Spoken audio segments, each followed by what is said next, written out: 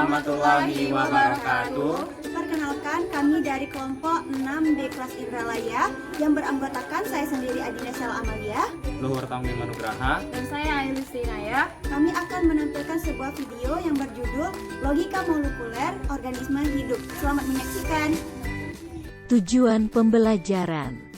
Mahasiswa mampu menunjukkan sikap tanggung jawab untuk memahami falsafah biokimia. Prosedur proyek. Pertama, carilah dan pahami materi mengenai logika molekuler makhluk hidup. Kedua, temukan makhluk hidup yang dapat dijadikan objek dalam proyek ini. Ketiga, amati kemudian rekam perilaku objek yang menjadi sasaran. Biokimia adalah studi tentang proses kimia yang terjadi pada organisme hidup. Biokimia mempelajari bagaimana sifat-sifat luar biasa dari makhluk hidup berasal. Organisme dilengkapi dengan struktur internal yang kompleks dan mengandung banyak molekul kompleks. Apa aja sih karakteristik dari makhluk hidup?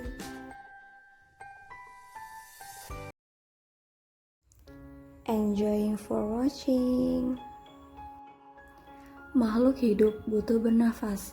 Pernapasan yang juga dikenal sebagai respirasi adalah suatu sistem biologis yang terdiri dari organ dan struktur lain yang digunakan dalam proses pertukaran gas pada hewan maupun tumbuhan. Pertukaran gas ini berupa penarikan oksigen dan pembuangan karbon dioksida dalam tubuh suatu makhluk hidup.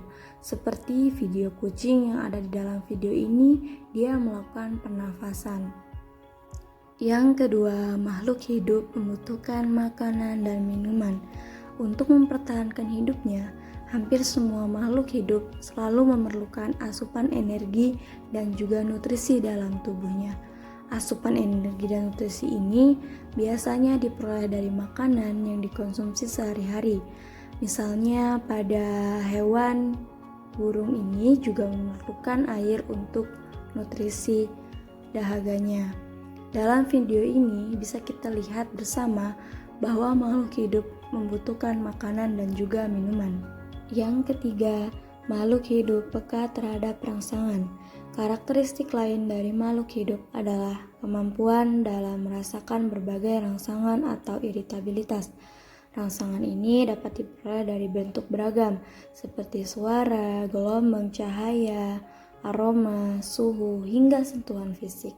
Seperti video Putri Malu yang ada dalam video ini, yang menunjukkan bahwa tumbuhan tersebut peka terhadap rangsangan dengan cara disentuh. Selanjutnya yang keempat, makhluk hidup bereproduksi. Makhluk hidup melakukan proses reproduksi untuk meneruskan generasinya. Proses reproduksi ini dilakukan dengan berbagai cara, meliputi seksual ataupun aseksual. Contohnya, ayam melakukan reproduksi dengan menghasilkan telur. Pembentukan telur dimulai dengan terbentuknya kuning telur di ovarium. Kemudian ovum atau sel telur yang telah matang pada ovarium dikeluarkan menuju saluran infundibulum. Disinilah pembuahan terjadi. Yang kelima, makhluk hidup mampu bergerak. Makhluk hidup dipastikan selalu memiliki kemampuan untuk bergerak. Berdasarkan posisinya, pergerakan makhluk hidup ini terbagi menjadi dua, yaitu pasif dan juga aktif. Sistem geraknya pun dilakukan dengan alat yang berbeda-beda pula, tergantung habitat dan evolusinya. Seperti ada yang di dalam video merupakan contoh seseorang bergerak menggunakan kakinya.